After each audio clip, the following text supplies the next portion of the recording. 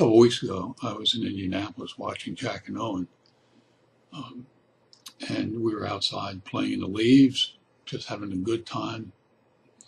Um, and, uh, and all of a sudden, we hear something, and both Jack and Owen love hearing sounds that they're familiar with outside, like an airplane going over, or a helicopter going over, or on the road they hear, even in the distance, a police car or a fire truck.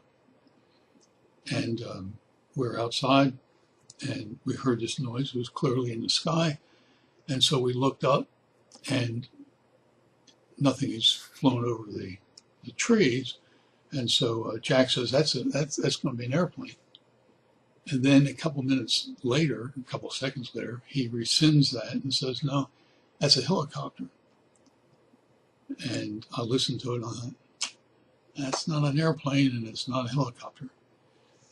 What it was, as we were standing there looking for whatever it was a blimp. A huge MetLife blimp with Snoopy Dog on the front of the blimp. The kids were fascinated. They loved the blimp and they loved Snoopy. And it passed.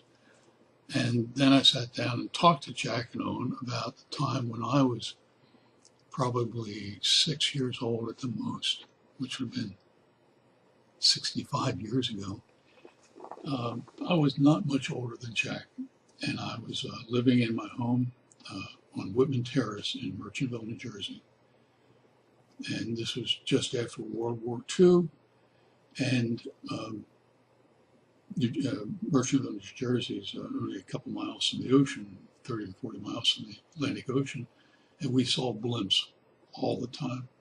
Lakehurst, New Jersey, which was at that time a military airport or installation for World War I and World War II, had lots of blimps going in and out.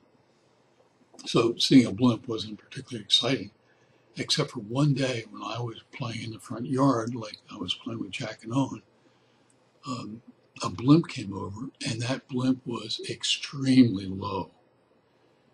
Now, again, I was only 5 or 6 years old, but I saw the ropes hanging from the nose of the blimp. And as a 5 or 6 year old, I thought that if I ran fast enough, I could grab a hold of the rope. I didn't really think what I'd do or what would happen to me if I did grab a hold of that rope. Looking back on it, I think I probably thought it was just a big kite and that I'd have fun playing with a kite for a couple hours. I did not catch the rope, and the blimp continued on, and I don't know what happened to the blimp. But Jack and Owen were fascinated about the story about me chasing the blimp. It'll be interesting to see the next time that blimp flies over their home in Indianapolis, whether Jack and Owen will chase after the ropes hanging from the nose of that blimp.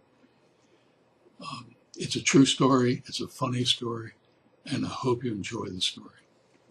In the meantime, you take care. Thank you for reading. Bye.